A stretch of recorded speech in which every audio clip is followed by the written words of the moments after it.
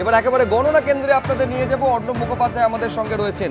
প্রথম রাউন্ডের গণনা অর্ণব, সেইটা শুধুমাত্র একটু নিঃসন্দেহে চমক ছিল, তার কারণ দ্বিতীয় স্থানে উঠে এসেছিলেন বাম সমর্থিত কংগ্রেস প্রার্থী।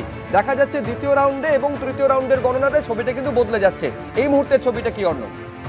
দেখো, তোমাকে যেরকম বলে রাখি যে তৃণমূল কংগ্রেস প্রার্থী আলিফ আহমেদ 13,761টি ভোট পেয়েছেন এবং তারপরেই রয়েছেন বিজেপি প্রার্থী 6,297টি ভোট পেয়েছেন। তিনি বিজেপি প্রার্থীর থেকে 7,464 ভোটে এগিয়ে রয়েছেন এবং লেফট কংগ্রেস তারা পেয়েছেন 5,301টি ভোট। তো তোমাকে দেখিয়ে দেবো যে এখানে এখনো গণনা চলছে এবং ফার্স্ট রাউন্ডে শেষে যেটা দেখা গিয়েছিল যে ফার্স্ট রাউন্ডের শেষে কিন্তু বাম কংগ্রেস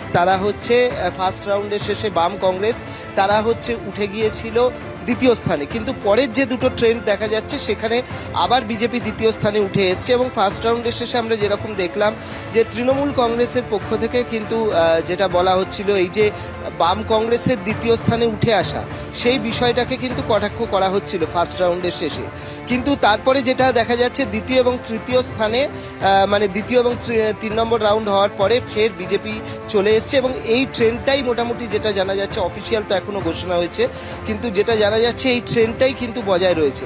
আমরা যদি দেখি যে তোমার তৃণমূল কংগ্রেসের পক্ষ থেকে কিন্তু আলাদাভাবে দেবাংশু ভট্টাচার্য তিনি টুইট করেছেন এবং সেই টুইটে যেটা লিখেছেন যে স্পষ্ট করে যদি তাকিয়ে দেখেন তাহলে বাম কংগ্রেস তাদের ভোট শতাংশ মোটামুটি ধরে রাখলেও বিজেপি হিন্দু ভোটের একটা বড় অংশ তৃণমূল কংগ্রেসে শিফট করেছে এবং সেইটা হচ্ছে তার ব্যাখ্যা দিয়েছিলেন ফার্স্ট রাউন্ডের পরে।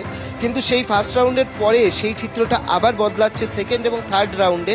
তো স্বাভাবিকভাবে যত তোমার এরকমভাবে ট্রেন্ডটা চেঞ্জ হতে শুরু করবে তার ব্যাখ্যা নতুন নতুন আসতে শুরু করবে এবং এখনও অবধি তোমাকে যেটা বলে রাখি এটুকু নিশ্চিত যে ট্রেন্ড যেরকম দেখা যাচ্ছে তৃণমূল এগোচ্ছে এবং দ্বিতীয় স্থানে রয়েছে বিজেপি এবং তৃতীয় স্থানে এই মুহূর্তে রয়েছে বাম সমর্থিত কংগ্রেস প্রার্থী। আচ্ছা, যেহেতু অর্ণব তুমি দেবাংশু ভট্টাচার্যের সোশ্যাল মিডিয়ায় পোস্টের কথা উল্লেখ করলে, পোস্টে কি আছে আমি একবার দর্শকদের দেখিয়ে নিই, যেখানে একেবারে শুভেন্দু অধিকারীকে নিশানা করেছেন দেবাংশু ভট্টাচার্য, তৃণমূলের আইটি সেলের ইনচার্জ। এই হচ্ছে তার পোস্ট, যেখানে তিনি লিখছেন যে 2024-এর লোকসভা নির্বাচনে কালীগঞ্জ বিধানসভায় ভোট গণনার সময় ঠিক যে অঞ্চল থেকে প্রথম রাউন্ডে ভোট গণনা শুরু হয়েছিল সেই সময় সেখানে কি ফলাফল ছিল বলে পরিসংখ্যানটা দিচ্ছেন।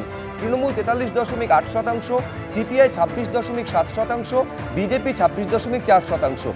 এবার 2025 উপনির্বাচনে ওই একই অঞ্চলে প্রথম রাউন্ডের ভোট গণনায় কি ফলাফল উঠে এলো? পোস্টে যেটা লিখছেন দেবাংশু, তৃণমূল, এটা প্রথম রাউন্ডের ফার্স্ট রাউন্ডের শেষে, তৃণমূল 4,545 মানে 60%, কংগ্রেস 1,830 মানে 24.1% এবং বিজেপি প্রথম রাউন্ডের গণনার শেষে তৃতীয় স্থানে ছিল যেহেতু 14.6%। তারপরে দেবাংশু লিখছেন, স্পষ্ট করে যদি তাকিয়ে দেখেন বাম কংগ্রেস তাদের ভোট শতাংশ মোটামুটি ধরে রাখলেও বিজেপির হিন্দু ভোটের একটা বড় অংশ তৃণমূল কংগ্রেসে শিফট করেছে। শুভেন্দু অধিকারীর উগ্র এবং বিকৃত হিন্দুত্ববাদ এই বাংলার শান্তিপ্রিয় সনাতনী হিন্দুরা সগর্বে প্রত্যাখ্যান করেছেন।